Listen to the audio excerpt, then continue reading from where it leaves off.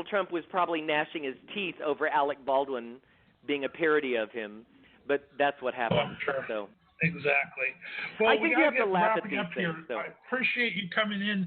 We're going to have Virginia on, but let's wrap it up. The last thing I want to talk about is tell me a little bit about. I can't believe Gary Johnson's still in this race. Did he have another meltdown this week or something? Oh, and man, I talked to Michelangelo Signorelli about this. He and I are friends, and I had to call into his show about this. It was almost an incomprehensible moment. Last week, when Gary Johnson and Bill Weld, who are the Libertarian team, and actually Gary's doing fairly well. He's in the mid-teens in several states, especially in the West. New Mexico, I think he's doing well in Colorado, and some of that is coming from Hillary, I think. But Chris Matthews gave them an hour-long town hall. He was giving them some love. He was giving them some airtime. Because, they are not allowed to be in the presidential debates unless you average 15% of these 5 major polls, like the CNN poll, the New York Times poll, the Washington Post poll, Wall Street Journal. And so he gave them a whole hour to themselves to really show off and show how much they have to offer. And at one point, this was a real softball question. Chris Matthews asked Gary Johnson, foreign policy, tell me who's a current foreign leader that you like, that you get along with, or you like the way they handle things? And he just had a complete brain fart. He couldn't. Not only could he think of one he liked, he couldn't think of the name of any current leader. At one point, he named Perez, who just died, passed away, who's a former prime minister of Israel. He named him because it was a name that was on top of his head. And it was this excruciating 20 seconds where he just couldn't come up with anything. And I'm sitting there watching the TV, and I'm screaming, Justin Trudeau, he's just to the north. Everybody likes him. He's hot. He's sexy. I was like the president of Mexico, Peña Nieto, was just in the news with Donald Trump. I mean, our neighbors, north and south. I mean, you could just geographically think who's near us that have been in the news. But he just had a brain fart. And he even said, I'm having an Aleppo moment, referring to his other brain fart a few weeks ago when he didn't know what Aleppo was. So it was a tragic moment for him that I think people were a little shocked. We're like, oh my gosh, this has got to be the nail in his coffin now. We can't take him seriously. Bless his heart.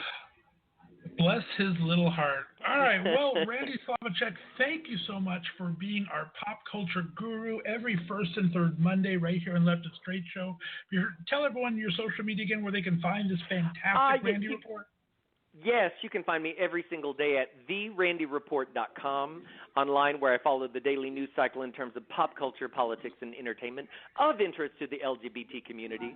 And like you here on Left of Straight, I love to include musicians and out movies and books and all kinds of artists from the LGBT community because I love supporting that, but also politics that really impact the gay community. So I love to do that. I'm there all day long, every day. It's been like 6 years now, but I love it. So come join me on therandyreport.com.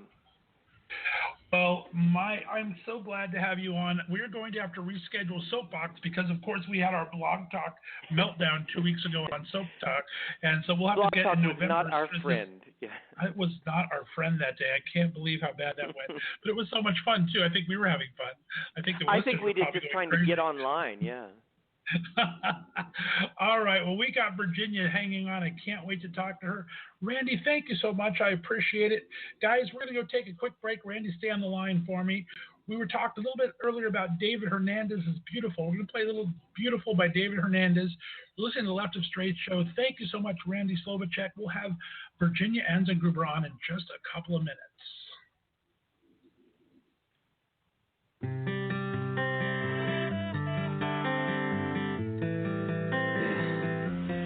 Father in the sky, and they're starting to align. I see you passing by, and we're slowing down the time. Now my love is flashing by, all I see is flashing lights. Cause you're right here by my side, can you feel it come alive? If this were a love song, would you be mine? 'Cause I just can't get you off of my mind.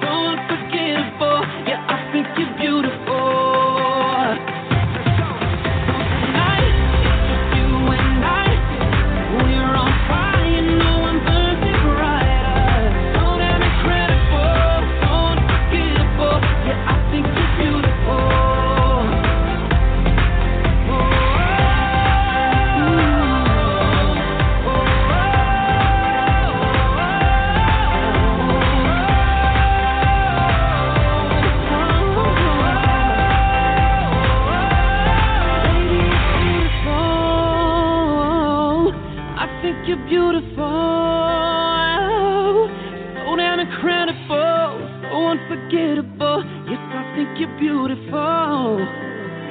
Oh, tonight, it's you and I, we're on fire, no one burns it brighter. So damn incredible, so unforgettable. Yeah, I think you're beautiful.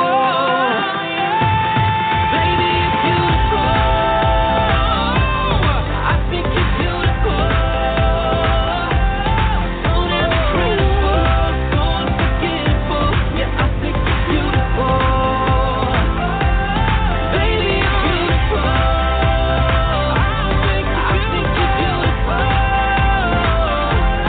So damn incredible, so unforgettable. Yeah, I think you're beautiful.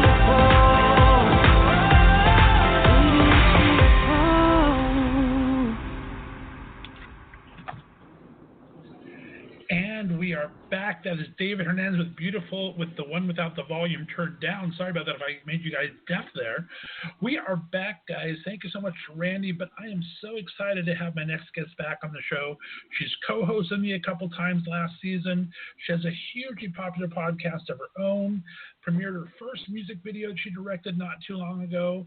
And she and her amazing husband, yes, be jealous, fellow gays, are about to pack up from the bright lights and big city of Hollywood and move back closer to the roots in Grand Rapids, Michigan. So much closer to me. I'm so excited.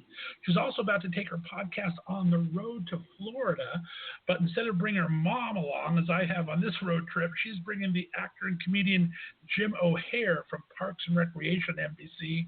How exciting is that? Please welcome back to the show the lovely Virginia Anzengruber. Virginia, how are you? Hi, Scott. Thank you so much for having me back on. I'm doing great. I'm in New Orleans right now, actually, the first leg of my road trip, and it's a gorgeous day here. Where are you at on your trip? Are you on the road too?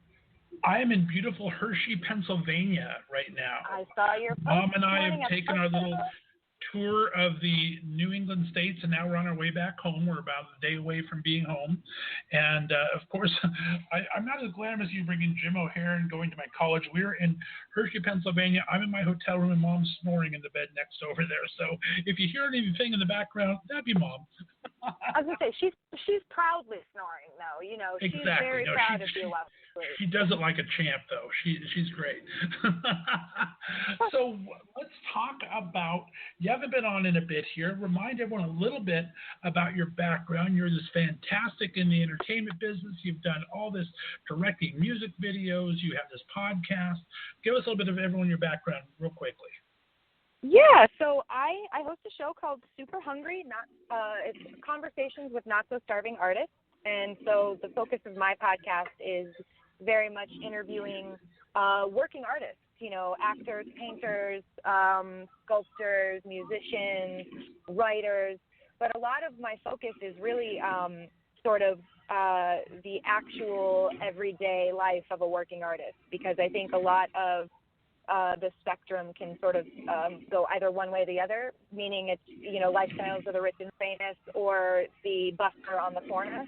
And I think that the beautiful reality of the entertainment industry, like a lot of industries, is that there is a flourishing sort of middle, you know, that is alive and allows people to have full careers and, you know, really continue to work. And so I have had, you know, different sort of underground artists on, people who have built apps and, you know, are rappers or magazine editors and things like that. But then as the show has progressed, I've actually been very fortunate enough to have made some contacts with some you know, bigger names in the industry. And so one of my favorite episodes recently was I did get to interview Brian McKnight, who had great advice, especially for, you know, musicians who are coming up in a time now where there's so much like American Idol and this idea of like instant fame.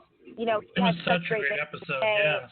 I mean, he was so wonderful and just so warm, and you know, had such great advice to give on really staying true to yourself and sort of finding your own sound and continuing to do that. And my my most recent episode that I just posted was one that I will be very honest with you, I waited 20 years for, and I got to interview one of my comedy idols, Trace Beaulieu from Mystery Science Theater 3000, and that was just, I mean, from, you know, he was on Freaks and Geeks, he's been in, you know, everything that Paul Feig has done now, like Other Space and, you know, all these other films and stuff. But he also is a self-published author. You know, he published a children's book that you can buy on Amazon, but did it completely on his own, you know. And it was wonderful to talk to him about, you know, his career of not only puppetry and acting, but also when he felt it was time to put something out for himself, you know, he was disillusioned with that normal route, you know, the normal roads that I think we all try to get in on, and he kind of made his own path. And so I'm really interested in finding those stories and talking to people about the genuine, real ups and downs, too, because I think that when people that you know specifically, too, you know, obviously for, you know, the more underground guests, it's always great to discover new people, new talent. But I've found that a lot of the feedback that I'm getting with a lot of these bigger named guests is that they didn't know maybe that they were going through that too, you know? Who would have known that Brian McKnight would have ever gone through a period of incredible self-doubt because internally he was comparing himself to other artists, you know? That's not something that's, you know, not necessarily like a normal question. And so I've been really fortunate with the guests that I've had that have been open enough to sort of really explore, you know, the struggles of, you know, being broke at Christmas time, but watching yourself on TV on like a Christmas musical that you're in, you know, while you're like eating ramen because you can't afford anything else. You know, it's that I'm really trying to explore, and it's been hilarious, to be honest. It's people are so funny and so genuine, and I think that there's such a willingness to try to find that common ground, you know, and that's been such a wonderful surprise to me in a way. Not that I was very surprised, but it's not every day that you'd think to yourself, like, yeah, I'm sure Brian McKnight and I have something in common, you know. So, sure. Well, the best thing about it is you're so natural. I mean, you've done great. You've filled in with Alexander a jillion times, and whether it's a big-time movie celebrity or anyone just off the boat, you just make everyone feel at ease. You have that way about you, and I think it kind of comes through with your background in the entertainment industry that you just really put people at ease. And that's why I loved having you as a co-host and just love having you talk to, because you're just that kind of person where everyone likes to open up to. So I just think that's awesome. Oh, I really appreciate that. I feel lucky that it's funny because I think, and I feel like I'm pretty open on the podcast, on the show about this when I do talk about my own life.